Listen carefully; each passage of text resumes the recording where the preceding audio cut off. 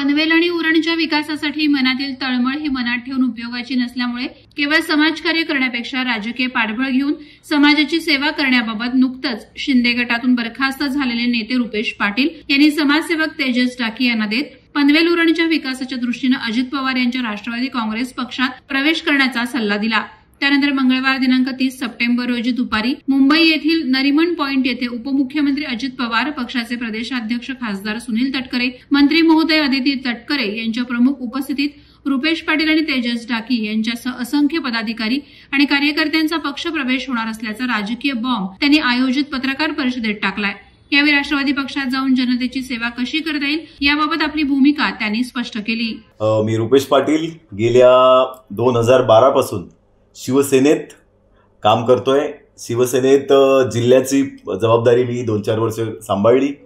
त्याच्यानंतर सचिव झालो, राज्य सचिव केलं गेलं मला, आणि त्यानंतर पुणे, यवतमाळ, नगर, वाशिम जिल्हा असे अनेक राज्यभर आम्ही काम केलं। हे करत असताना हा सगळा जो सोर्स होता, हे सगळं जे काही घडलं त्याला आम्ही एका टेबलवर सन्माननीय शिंदे साहेब असतील, एक मस्के साहेब असतील, श्रीकांत साहेब असतील आणि सगळीच आम्ही कार्यकारिणी ही सखोल चर्चा करून दर दिवशी काय होतंय आणि काय करायला पाहिजे म्हणून कार्यकारिणी सदस्य म्हणून आम्ही त्याच्यामध्ये मी अग्रभागी होतो आणि तितका मला त्यांनी अनुभवही दिला म्हणून मी त्यांचे प्रथमतः आभार मानेन। पण आता इथून एक नवीन राजकीय अध्याय सुरू करावा म्हणून आज आपण पत्रकार बंधू आणि आम्ही सगळे बसलेलो आहोत। आम्ही उद्या सन्माननीय अजितदादा यांच्या अध्यक्षतेखाली आणि सन्माननीय तटकरे साहेब, अदिती तटकरे ताई हे यांच्या सर्वांच्या उपस्थितीत राष्ट्रवादी काँग्रेसमध्ये आम्ही सगळे प्रवेश करतोय। आणि मला सांगायला आनंद वाटेल की हा प्रवेश करताना माझ्यासोबत पूर्ण उरण विधानसभा, पूर्ण पनवेल विधानसभा याच्यातले बरेचसे चांगले अनुभवी पदाधिकारी आहेत, ते इथे माझ्यासोबत NCP मध्ये राष्ट्रवादी सोबत जॉईन होत आहेत। आणि सगळ्यात आनंदाची आणि मोठी मला ह्या पक्षात कधी पक्षांतर होतंय असं मला झालंय, कारण माझे एक खास मित्र आणि माझ्या बाजूला बसले जे लोकप्रिय उरणमधलं नेतृत्व आहे आता ते उदार नेतृत्व म्हणून मानलं जातं। मी त्यांच्यासोबत समाजकार्यात काम केलंय। आम्ही जास्त काही भेटलो नाही, पण जेव्हा भेटलो त्यावेळेला उरणच्या विकासावर बरंच काम आम्ही 2-2 तास चर्चा झाल्यात आणि कुठलाही राजकीय अँगल न ठेवता आम्ही त्या चर्चा केल्या होत्या।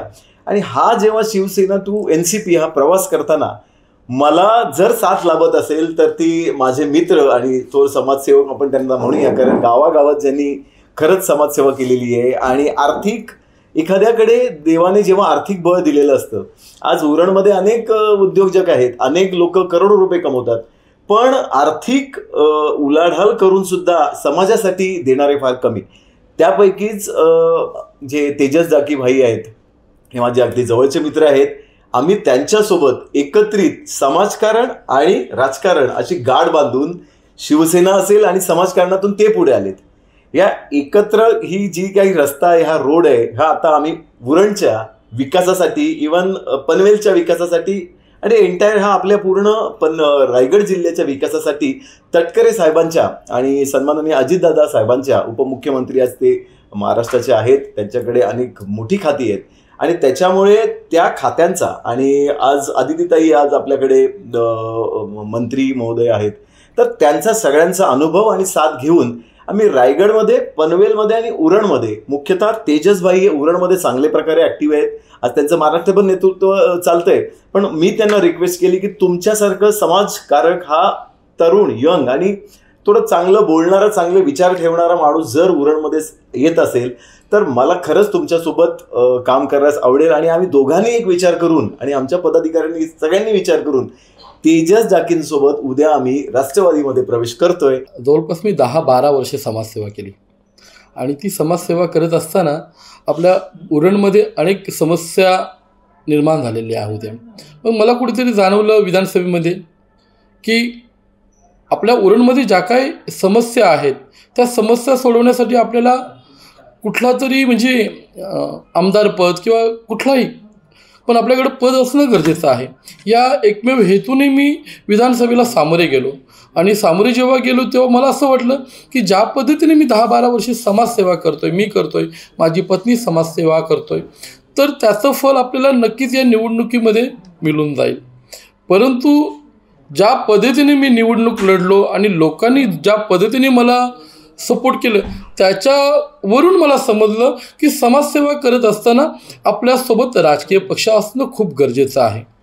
मग हे जेव्हा मला जाणवलं तेव्हा मला मग माझे मोठे बंधू रुपेश दादांची आठवण आली.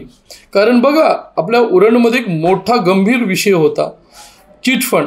सतीशने असं काही चमत्कार घडवलं होतं की अनेक संसार, अनेक घरं उद्ध्वस्त होणार होती आणि ती संसार उद्ध्वस्त होण्यापासून वाचवण्याचं काम आपल्या रुपेश दादांनी हे केलं.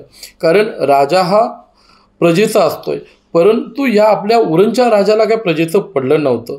तेव्हा रुपेश दादांनी ज्या तळमळीने, ज्या आत्मीयतेने लोकांना समजावलं, सांगितलं की सतीश हा खोटारडा माणूस आहे, लबाड माणूस आहे, याच्यापासून सावध व्हा. हा जो काही तुम्हाला स्वप्न दाखवते खोटे आहेत, आपले आयुष्य, आपले संसार उद्ध्वस्त करेल. ही जेव्हा गोष्ट रुपेश दादांनी सांगितली उरणच्या जनतेला, त्याच्यामुळं मला वाटते जवळपास 70-80% वाचले. कदाचित जर रुपेश दादांनी तो विषय उरणच्या जनतेला, नागरिकांना सांगितला नसता तर आज आपला उरण देशोधडीला लागला असता. मग हे एकमेव जे रुपेश दादांचं कार्य आहे ते मी जवळून पाहिलं, मी बघितलं. मग मला कुठेतरी वाटलं की आता समाजसेवा पण करतोय, परंतु कुठेतरी आता राजकीय पक्षात जाणं गरजेचं आहे. खरोखर जर आपल्याला आपल्या युवकांची, नागरिकांची, बंधू भगिनींची जर समस्या सोडवायची असेल तर आपल्याला राजकीय पक्षात जाणं खूप गरजेचं आहे. तरच आपली कामं, आपण त्या समस्या सोडवू शकतो. या एकमेव हेतूने मी रुपेश दादांना विनंती केली की दादा, आता मला तुमच्यासोबत काम करायचं आहे. आणि मग त्यांनी मला पुढच्या या वाटचाली संदर्भात सांगितलं की त्याची आपण राष्ट्रवादी काँग्रेस पार्टीमध्ये अजितदादांच्या मार्गदर्शनाखाली, तटकरे साहेबांच्या मार्गदर्शनाखाली आपण काम करूया देश. आणि त्यांचं जे कॉन्सेप्ट आहे ते मला पटलं आणि मग आम्ही दोघांनी मिळून ठरवलं की आपण आता राष्ट्रवादी काँग्रेस पार्टीमध्ये जाऊन काम करूया. समर्थकांना एवढं सांगेन, आपल्याला खरोखर मनापासून समाजसेवाच करायची आहे, परंतु आपल्या उरणमध्ये विविध ज्या समस्या आहेत, म्हणजे बेरोजगारी असेल, आपल्याकडं अनेक मोठमोठे प्रोजेक्ट आहेत, परंतु आपल्या नागरिकांना, आपल्या युवकांना तिकडे नोकरी धंदा मिळत नाही, व्यवसाय मिळत नाहीत. त्यांना मुंबईसारख्या, आपल्या उरणवरून मुंबईसारख्या ठिकाणी जावं लागतं. या सर्व गोष्टींना आपल्याला दूर करण्यासाठी आणि आपल्या युवकांना न्याय देण्यासाठी मी या राजकारणात आता उतरलेलो आहे किंवा राजकारणात प्रवेश करत आहे. तर माझ्या सर्व समर्थकांना मी विनंती करतोय, खरोखर जर तुम्ही माझ्यावर प्रेम करत असाल, खरोखर तुम्हाला जर माझे विचार पटत असेल तर तुम्ही मोठ्या संख्येने माझ्यासोबत पक्षांतर करावं, ही माझ्या समर्थकांना मी विनंती करत आहे. बघा, एक सांगतोय, मला जबाबदारी असं काहीच नाही. मला फक्त राष्ट्रवादी काँग्रेस पार्टीमध्ये अजितदादांच्या मार्गदर्शनाखाली, तटकरे साहेबांच्या मार्गदर्शनाखाली, इव्हन आपले रायगड जिल्ह्याच्या पालकमंत्री आहेत आदित्य यांच्या मार्गदर्शनाखाली, तसेच रुपेश दादांना तर खूप सारा अनुभव आहे, त्या अनुभवाचा उपयोग घेऊन मी काम करणार आहे. मला कुठला पद हवं वगैरे अशी माझी काही अपेक्षा नाही.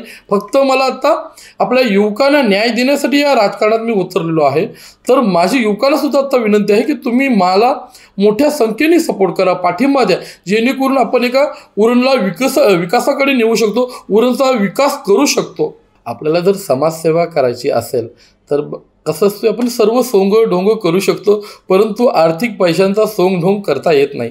त्यासाठी आपल्याला व्यवसाय मजबूत करावा लागतो आणि आम्ही ते केलेलं आहे. आम्ही सुरुवातीला तेवढा हे नव्हतो, पण जेव्हा आम्ही आमच्या व्यवसायातून कमवायला लागलो, जर 10 रुपये कमवले तर समाजासाठी 1-2 रुपये खर्च केले तर काय वावगा आहे हो. याच हेतूने मी माझ्या पत्नीने ठरवलं की आपल्याशी जेवढी समाजसेवा होईल ते करत राहायचं. आणि आता समाजसेवेतून राजकारणात कशासाठी गेलो, ती समाजसेवाच करण्यासाठी. की एखादा प्रश्न असतोय, ट्रॅफिकचा मुद्दा आहे, बेकायदेशीर गोडाऊन आहेत, आज ट्रॅफिकमुळे एवढे उरणमध्ये अपघात होतात की सकाळी जेव्हा मुलगा कामाला घरी जातोय तेव्हा त्याच्या आईला घाम फुटतोय की मुलाला कामावर पाठवू की नको पाठवू, तो संध्याकाळी घरी परत येईल की नाही येणार, एवढी भीती आणि एवढी चिंता त्यांच्या आई वडिलांना लागलेली असते. हे सर्व समस्या सोडवण्यासाठी आज माझ्यासारखा समाजसेवक राजकारणात चाललेला आहे. निवडणुका येतात, निवडणुका जातात आणि निवडणुकीमध्ये जे काही मतभेद असतात ते विसरून आता आम्ही एकाच युतीमध्ये काम करणार आहोत. त्याच्यामुळं विचार विनिमय जे असतात ते पटवावे आणि पटवून घ्यावेच लागतात आणि एकत्र काम करावेच लागतोय. आणि ज्यावेळी निवडणुकीला मी जेव्हा उभा होतो त्यावेळी मी कुठल्या पक्षाचा नव्हतो, मी अपक्ष म्हणून लढलो. माझे जे काही विचार होते, माझ्या जे काही मनात होतं ते मी त्यावेळी बोललो होतो. परंतु आता निवडणुका होऊन गेलेल्या आहेत, त्याच्यामुळे जे विषय झाले त्याच्यावर पडदा टाकून आपण नव्या नात्यांना नव्या याला सुरुवात करूया 100%. कारण अजितदादांचं काम आम्ही बघितलेलं आहे. रोखठोक निर्णय घेणारे नेते आहेत आणि मला वाटतं नक्कीच आमच्या ज्या काही समस्या असतील, आमच्या ज्या काही अडचणी असतील, अजितदादा असतील किंवा तटकरे साहेब असतील, हे नक्कीच आम्हाला समजून घेतील, सांभाळून घेतील आणि नक्कीच आमच्या ज्या काही मागण्या असतील त्या पूर्ण करण्याचा ते प्रयत्न करतील. नवी मुंबई व रायगड जिल्ह्यातील ताज्या बातम्या आणि घडामोडींसाठी सबस्क्राईब करा वादळवारा लाईव्ह चॅनल आणि दाबा बेल आयकॉन.